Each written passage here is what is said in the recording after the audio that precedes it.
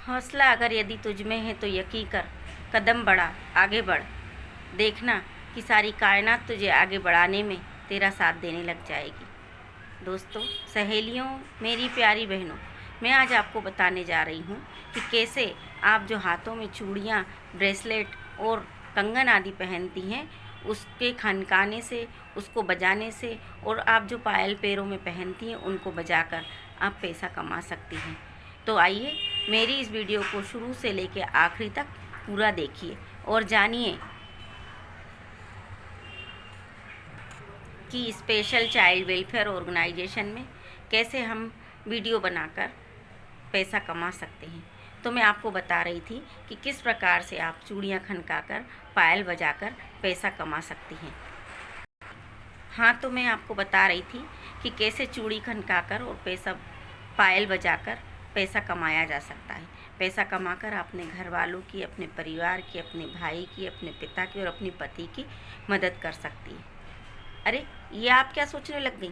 मैं आपको कोई गलत राह दिखा रही हूँ? नहीं, आप मेरी वीडियो को पहले शुरू से तो अंत तक देखिए तो सही, तभी तो आपको पता चलेगा कि किस प्रकार से चूड़ियाँ बजाकर और पायल खनकाकर पैसा कमाया जा सकता है। मैं कोई आपको गलत रास्ता नहीं बता रही, क्योंकि मैं एक सभ्य परिवार से बिलोंग करती हूँ और मैं आपको भी सम्मानपूर्वक जीने का और सही राह पर चलने का रास्ता बताऊंगी और उस रास्ते पर चलकर आप पैसा कमा सकते हैं। तो इस बात को जानने के लिए आप मेरी वीडियो को शुरू से लेकर अंत तक देखें। बहनों, आप जो अपने हाथों में जो हरी, पीली, लाल चूड़ियाँ पहनती हैं, और ये हमारी भारत का कल्चर है। हमारे भारत का कल्चर हम बहनों को सच समझ कर रहने की शिक्षा देता है। मांग में सिंदूर भरना, हाथों में लाल लाल हरी पीली चूड़ियाँ पहनना, पैरों में पायल पहनना, गले में मंगलसूत्र पहनना, ये हमारी भारतीय नारियों की निशानियाँ हैं। तो मैं आपको बताना चाहती हूँ कि इन सब के कारण आप किस तरह से पैसा कमा सकती हैं। इसको जानने के लिए मेरी वीडियो को आपसे रिक्वेस्ट करती हूँ कि पूरा शुरू से लेके अंत तक देखें, तभी तो आप जान पाएंगे कि कैसे पायल बजाकर, चूड़ियाँ खनकाकर पैसे कमाया जा सकता है। तो बहनों, ये जो आजकल की बहन बेटियाँ हैं, ये चूड़ियाँ पहनना, पायल को बजाना, चूड़ियाँ खनकाना अच्छा नहीं समझती। आप जानती हैं कि ये चूड़ियों का बजना, पायल का छनकना हमारे घर की बरकत, हमारे घर की सभ्यता, हमारे घर की निशानियाँ हैं, शांति की निशानियाँ हैं। जिस घर में नई बहू, नई लक्ष्मी आती है तो वो लाल जोड़े में सिंदूर लगाए हुए, सुहाग का जोड़ा पहने हुए, भरे हाथों में चूड़ियाँ पहने हुए, पैरों में पायल पहने हुए आती है, और उसकी छन छन रंझन से हमारे घर महक जाता है और पूरा परिवार जो है खुशियों से भर जाता है। परंतु आजकल की लड़कियां इन सब चीज़ों को अच्छा नहीं समझती। वो ना तो मांग भरती हैं, ना ही टीका लगाती हैं, ना ही हाथों में चूड़ियाँ पहनने को अपनी शान समझती हैं, ना ही पैरों में पायल को पहनने को अपनी शोभा बनाती हैं। वो शादी से आने के बाद कुछ दिनों में ये सारी चीज़ें उतार कर एक तरफ रख देती हैं और बस ये चाहती हैं कि उनको कोई कुछ ना कहे, और वो बस इसी तरह से विधवाओं की तरह अपना जीवन यापन करें। मगर वो ये नहीं समझती कि जिस घर में वो ब्याह कर आई हैं, शादी करके आई हैं, और जिस बच्चे के साथ, जिस पति के साथ वो अपनी 7 फेरे लेकर, 7 वचन निभाकर आई है, वो उसका भारतीय सभ्यता का कल्चर है। और इस सब में ये सिखाया जाता है कि यदि आप ये 16 श्रृंगार करके रहेंगी तो आप सब लोग सदा सुहागन रहने का वरदान भगवान से भी पाएंगी। अरे बहनों, आप ये सोच रही होंगी कि ये मैं तो पैसे कमाने की बात कर रही थी, इसमें ये 16 श्रृंगार कहाँ से आ गया।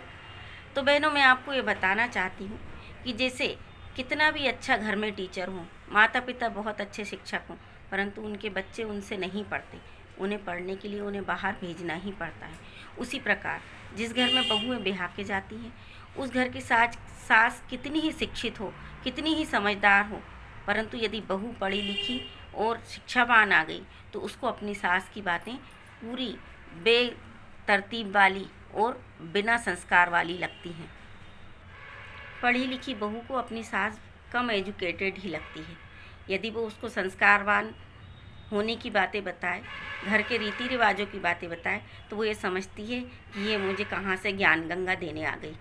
वो ये समझती है कि सास जो होती है ओल्ड फैशन होती है, और उसको ये जो बातें बता रही है वो सब बेकार की बातें हैं। उसको जैसे रहना है वो वैसे ही रहेगी, चाहे वो सास कितनी ही शिक्षित हो, वो उसकी बात कभी भी नहीं मानेगी। परंतु वो ये नहीं जानती कि जितना 16 श्रृंगार करके लड़कियां रहती हैं, पत्नियां रहती हैं, उसके पति की उम्र उतनी ही ज़्यादा बढ़ती है। अरे अरे अरे, ये वीडियो बंद मत करो, अभी तो मैंने पैसे कमाना सिखाया ही नहीं। कैसे पैसे कमाएंगे? पायल छनका कर, बिछियाँ पहन कर या चूड़ियाँ खनका कर, ये बात तो अभी बताना बाकी है। अतः वीडियो को पूरा देखें, क्योंकि पैसे कमाना तो हमको सीखना है, और सीखने के लिए इस वीडियो को पूरा देखना पड़ेगा, शेयर करना पड़ेगा, लाइक करना पड़ेगा, सब्सक्राइब भी करना पड़ेगा, और बेल आइकन भी दबाना पड़ेगा।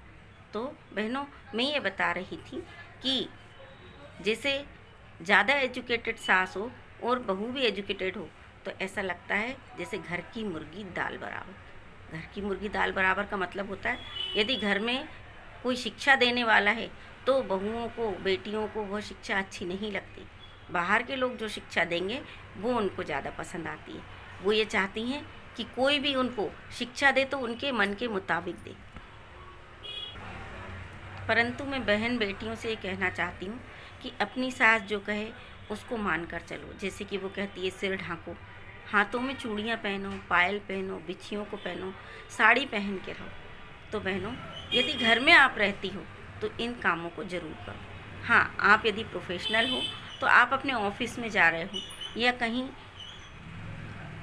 और जाकर वर्क कर रहे हो तो आप उस तरह का पहनावा रखो। परंतु जब घर में रहती हो तो हमारी भारतीय कल्चर और सभ्यता के अनुसार ही रहना चाहिए, क्योंकि इन सब से हमारे घर में बरकत आती है, हमारे घर की शोभा बढ़ती है। परंतु आजकल की बेटियां ये नहीं चाहती हैं कि सास उनके आने जाने में, उनके पहनावे उड़ाने में इंटरफेयर करे। वो यह चाहती है कि वो केवल आज़ादी से जिए और उसकी ज़िंदगी के रहन सहन में कोई भी इंटरफेयर ना करे।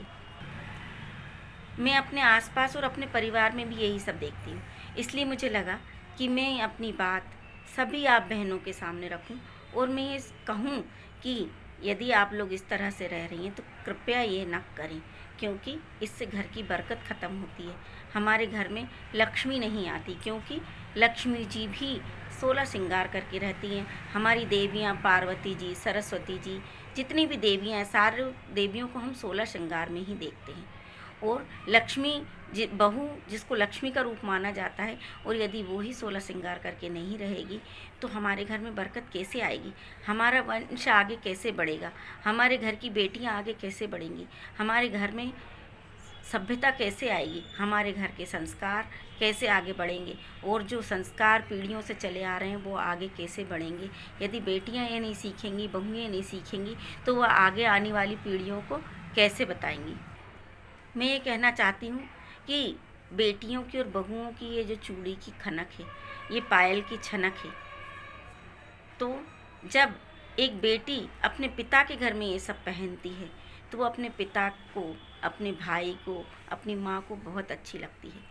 फिर यही सारा 16 श्रृंगार जब एक बहू अपने ससुराल में करती है तो वह अपने पति, अपने सास ससुर और अपने पूरे ससुराल के कुटुंब वालों को बहुत ही प्यारी लगती है। उसको लक्ष्मी स्वरूपा माना जाता है।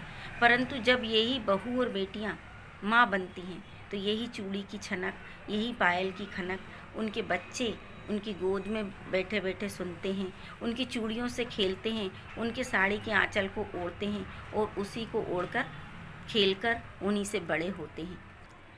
ये चूड़ियों की खनक से बच्चे लोरियां सुनकर सो जाते हैं। परंतु जब यही बहू बेटियां व्रत रखती हैं, उपवास रखती हैं, तो उस व्रत और उपवास में 16 श्रृंगार करती हैं, तो उनकी चूड़ी की खनक से, पायल की छनक से भगवान खुश होते हैं और उन्हें सदा सुहागन रहने का आशीर्वाद देते हैं। तो बहनों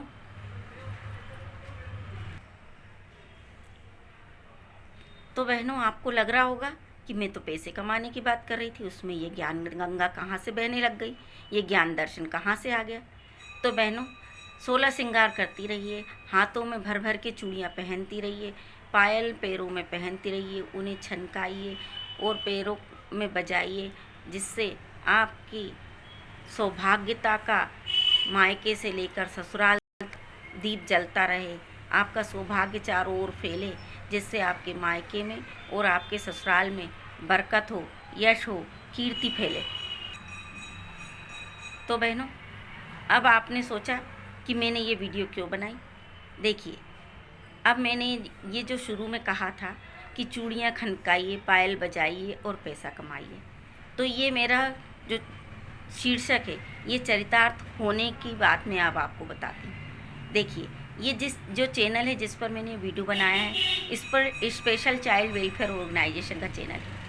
यह एक सामाजिक संस्था है और इसमें वीडियो बनाकर मैं यदि पब्लिश करूँगी तो इस वीडियो को बहुत सारे लोग देखेंगे, अर्थात इस वीडियो को 70 लाख लोग इस संस्था से जुड़े हुए हैं, तो वो 70 लाख लोग सारे इस वीडियो को देखेंगे और वीडियो को देखेंगे तो उसका पैसा मुझे मिलेगा। यदि 70 लाख लोग मेरी वीडियो देखते हैं और यदि एक व्यक्ति के देखने से मुझे एक पैसा यदि मिलेगा तो कितने मुझे पैसे मिलेंगे, अब आप इसका हिसाब तो खुद ही लगा लीजिए, क्योंकि मेरी गणित इतनी मजबूत नहीं है। परंतु मैं इतना जानती हूँ कि इस वीडियो को देखकर जो भी पैसा मिलेगा उससे आप लोगों को शिक्षा मिलेगी और आप भी इसी तरह की वीडियो बनाकर इस चैनल की संस्था पर पब्लिश करवाते जाइए। तो यदि आपको मेरा वीडियो पसंद आया हो तो इसको लाइक कीजिए, शेयर कीजिए, सब्सक्राइब कीजिए और बेल आइकन दबाइए, जिससे आपको मेरी वीडियो सबसे पहले मिले और इसी तरह की अच्छी अच्छी बातें पैसे कमाने वाली मैं आपको बताऊं कि आप किस तरह से पैसा कमाकर अपने घर में परिवार के लोगों की मदद कर सकती हैं। आप लोग भी वीडियो बनाकर इस संस्था में भेज सकती हैं। वीडियो किसी भी टॉपिक पे हो सकती है। वीडियो बनाने के लिए ज़्यादा पढ़ा लिखा होना भी ज़रूरी नहीं है। आप घर की जो बहन बेटियां हैं, जो घर में काम करती हाउस वाइफ हैं, वो भी वीडियो बनाकर इस संस्था में डाल सकती हैं। आप वीडियो बनाएंगी और इस संस्था में भेजेंगी तो भेजने के लिए आपको अपनी आईडी एक्टिवेट करवाना पड़ेगी और आपको रजिस्ट्रेशन करना पड़ेगा। रजिस्ट्रेशन करने के लिए मेरी स्पेशल कैश आईडी इस संस्था के थंबनेल पर लिखी हुई है और स्पेल स्टडी आईडी भी मेरे इस थंबनेल के ऊपर लिखी हुई है और वीडियो के डिस्क्रिप्शन में आपको इसके बारे में सारी जानकारी मिल जाएगी। अतः आप लोग भी मेरी तरह वीडियो बनाकर इस संस्था पर पब्लिश करवाते जाए। आप जो भी वीडियो बनाकर इस चैनल पर डालेंगी, इस संस्था को भेजेंगे और यदि इस संस्था को वीडियो पसंद आती है तो इस संस्था के 70 लाख फॉलोअर्स हैं और 70 लाख फॉलोअर्स इस वीडियो को देखेंगे और लाइक करेंगे, शेयर करेंगे तो ज़रूर ही आपकी वीडियो इस संस्था पर चल निकलेगी। हाँ, इसका समय लंबा हो सकता है, 1 महीने भी हो सकता है, 6 महीने भी हो सकता है, साल भर भी हो सकता है और 10 साल भी हो सकते हैं। परंतु यदि 70 लाख लोग इस वीडियो को देखेंगे तो समझिए आपके पास 70 लाख रुपए आ जाएंगे और हो गई ना पैसे कमाने वाली बात। तो बहनों,